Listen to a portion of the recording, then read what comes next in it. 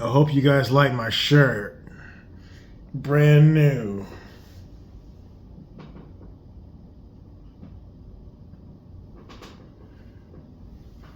Yeah. Alright. If you don't know, this is Greggatron.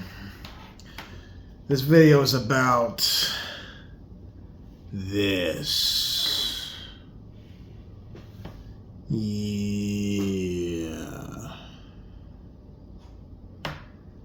This is a good ass game. I mean, this has to be probably the best Spider-Man game ever. Or at least that I've played, and I played quite a few. This is not my review. This video is about everything that's wrong with this game. Look at that glare, man. Dang. My review will be a different video. Alright, let me put this down. So, this game would be perfect if it wasn't for these things. If this wasn't in the game, it would be like a 12 out of 10. It's so good. Even with this BS that I'm about to tell you, it's still like dang near a 10. Alright, I gotta get to this first. This is important. Too much Mary Jane. Way too much Mary Jane. Like, I remember Mary Jane used to be like Spider-Man's girlfriend, and that's all she was his girlfriend. Now, Mary Jane thinks she's a superhero. She's a part of the team. You know how it's Miles and Peter? The cover, that's what it shows, is Miles and Peter, right? Peter and Miles. But you don't see Mary Jane on the cover. Yet they treat her like she's on the cover. Like they're divided into threes. Nah, Mary Jane needs to sit down somewhere. Oh, by the way, there's going to be a bunch of spoilers, so stop watching if you haven't played. Yeah, like, Mary Jane straight up takes over in this game. Like, straight up takes over. There's a scene, like I said, don't watch it if you ain't played the damn game. I'm warning y'all. There's a scene where she is in Kraven the Hunter's van, one of his vans, and the van goes to an abandoned zoo in Jersey. You guys remember that scene? Instead of her waiting for backup to arrive, you know, the Spider-Man, she goes into this zoo by herself with a stun gun. Just a stun gun. Takes out between 15 to 25 henchmen. And these aren't just henchmen. These are Kraven the Hunter's hunters. These are his top dogs. No pun intended. But when I think Kraven the Hunter and his men, I think the best hunters on the planet.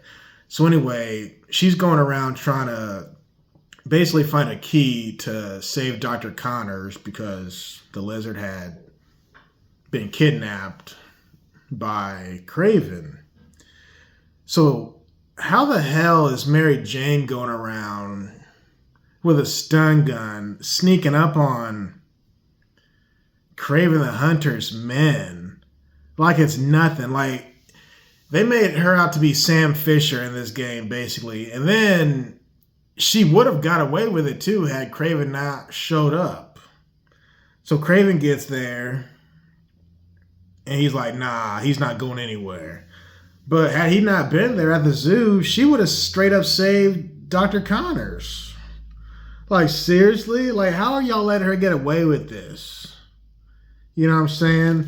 There's another scene, the part when they're in the neighborhood, when Peter kind of passes out from fatigue and the symbiote takes over, which that was a dope scene. Well, Spider-Man goes off somewhere, and Mary Jane is in the neighborhood taking out Kraven's men because Kraven's men are going after Spider-Man. She's like, oh, I can't let this happen. Peter's in trouble. I was about to curse. What the heck do you mean he's in trouble? He's freaking Spider-Man with an alien costume on him. Like, I'm pretty sure he can handle himself physically. Like, he doesn't need you to come and save him with a stun gun. So she's going around in the neighborhood zapping these dudes. And they're just like, for people who should be the best hunters on the planet, they're pretty much just mindless henchmen. So they're just going around like,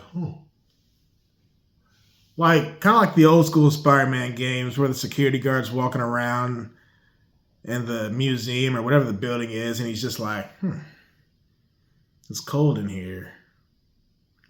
It's like same thing. They're just a bunch of henchmen with no type of common sense whatsoever. Like, how are you letting Mary Jane sneak up on you?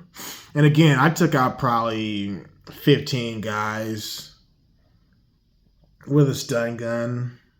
Or maybe it was updated by then. Yeah, that's the one where she was shooting the webbing through the gun, which is still ridiculous. She's taking out robots with this gun. Then there's another part where she tells Miles, get me and Pete in the tunnel together at the same time. He's like, why? She's like, just do it. She's on a motorcycle. She goes in the tunnel. This is actually later on from what I just said. She throws the bike through this tunnel. Miles collapses the bridge. So now she's underground with Peter by herself. And at this point, the alien had taken over because Peter was asleep. And that kind of does happen in the comics. But how the hell is Mary Jane not afraid that she could get killed? And why is it that Miles and Peter think it's okay for her to just go off on these little missions on her own without getting killed? Like, they know she doesn't have powers. Anyway, she's down there with Spider-Man, well, with the symbiote. Again, the symbiote easily could have killed her. Easily. But she didn't care. And the last part was in the end when they make the plan as to who's going to do what. Like, I could see if they need Mary Jane's help to, like, think of a strategy. That might be helpful. But to have her on the ground when there's symbiotes everywhere, it's a nice shirt. That's ridiculous. So, y'all know what happened. So, Peter led Venom away from the rock, which was the source of their power, basically, the symbiotes.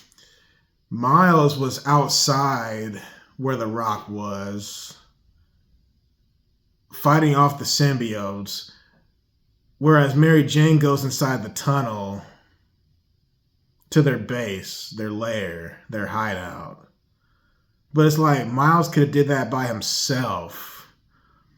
Miles could have fought them off, went down there, retrieved the rock, and got out.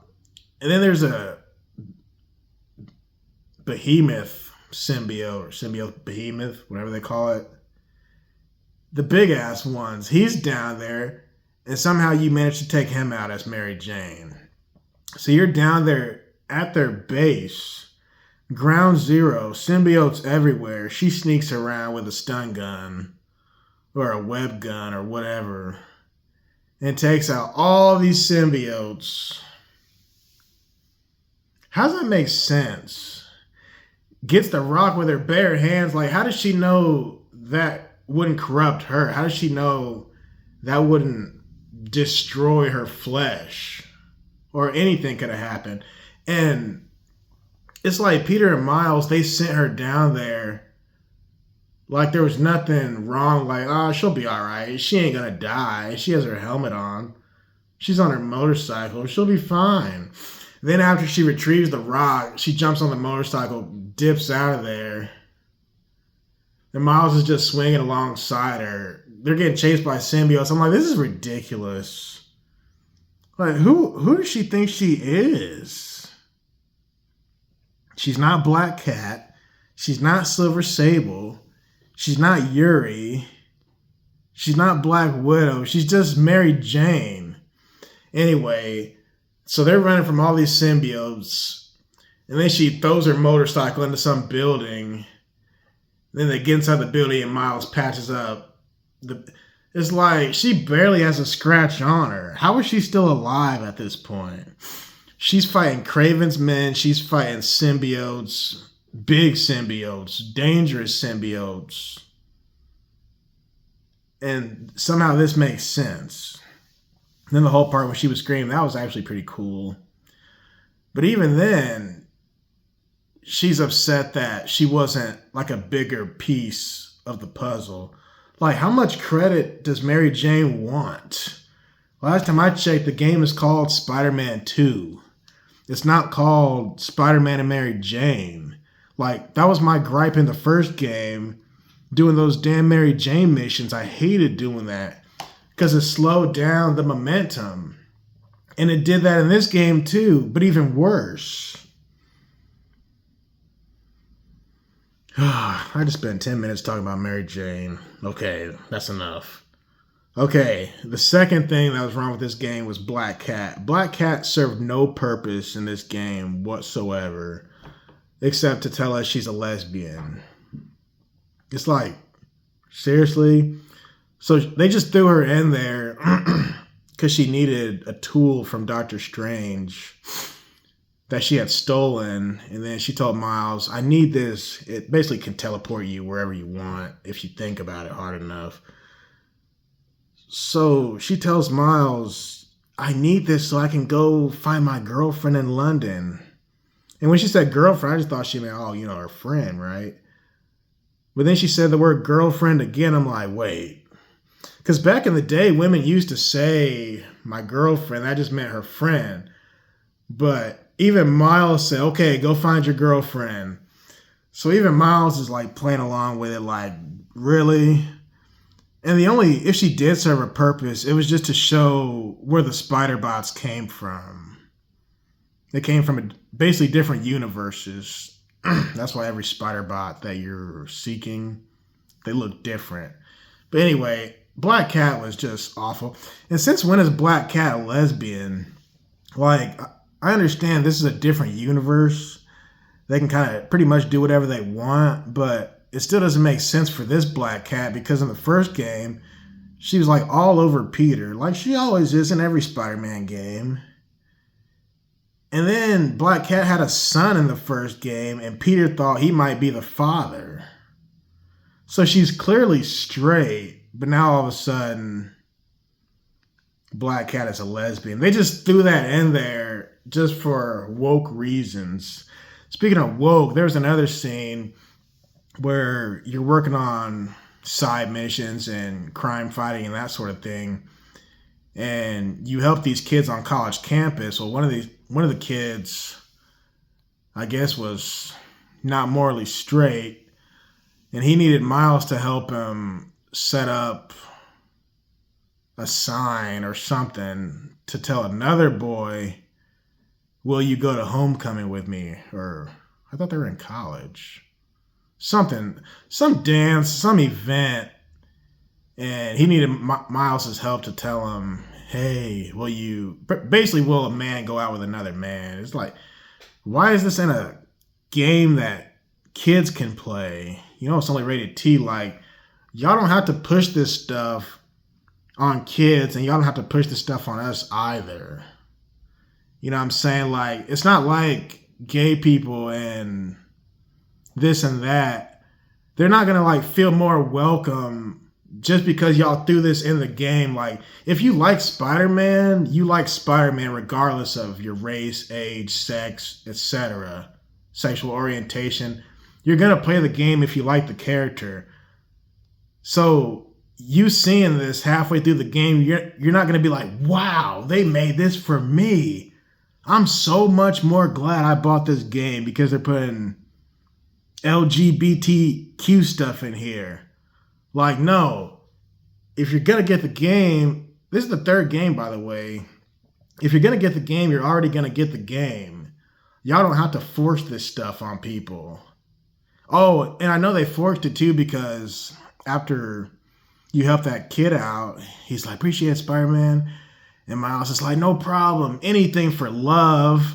I'm like, oh, I want to pull my goatee out. Oh, anything for love. Stop it, man. Cut it out. Okay. And that really wasn't even a big issue. Not nearly as bad as the Mary Jane stuff. Okay, so let me talk about Venom. Venom was really interesting in this game. But here's my gripe. So Venom is supposed to be built off of anger and hatred, right? Rage, torment, that sort of thing. Whereas that was like kind of there in this game, but not as well as they could have pulled it off. So Venom really didn't mention that Peter tried to destroy the symbiote. You know what I'm saying? And like I said, spoilers, Harry is Venom now. So Harry did have a good line when he said, "You tried to replace us with Miles," as his best friend. I'm like, okay, good. That's a good line.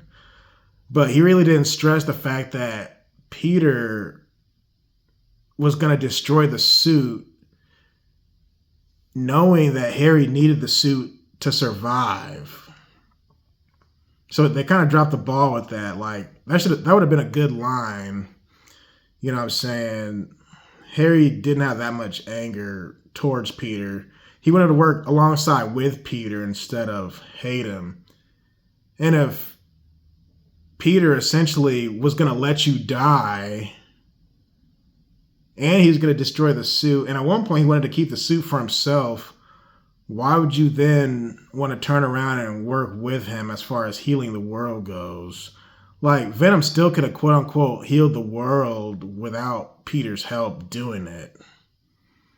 You know what I'm saying? It wasn't necessarily like Web of Shadows where you kind of needed both of them, because in Web of Shadows, Venom would call Spider-Man the mother and he was the father of the symbiotes. It was crazy.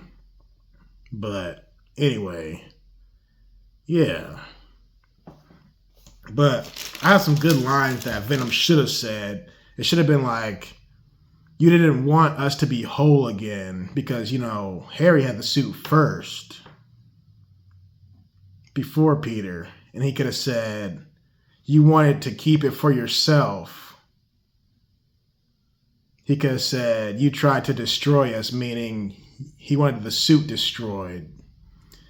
And then he could have said, "You were just going to let us die," meaning he was going to let Harry die and the suit die. That would have gave them just enough anger combined to create the perfect Venom. And my gripe isn't even that Harry was Venom, because in Venomverse, a lot of different people have that same suit.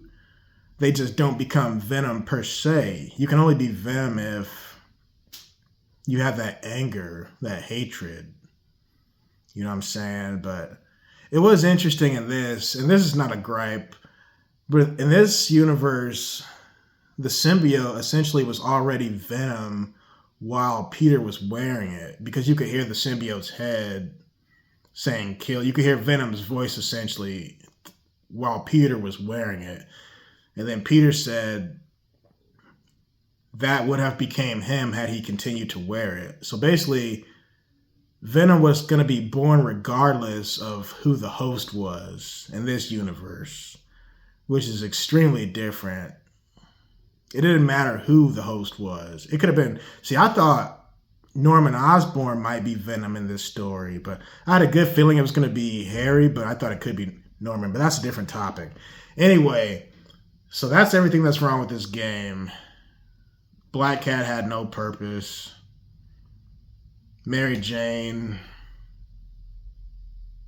terrible. Then all that other mess. But besides that, it was a perfect game.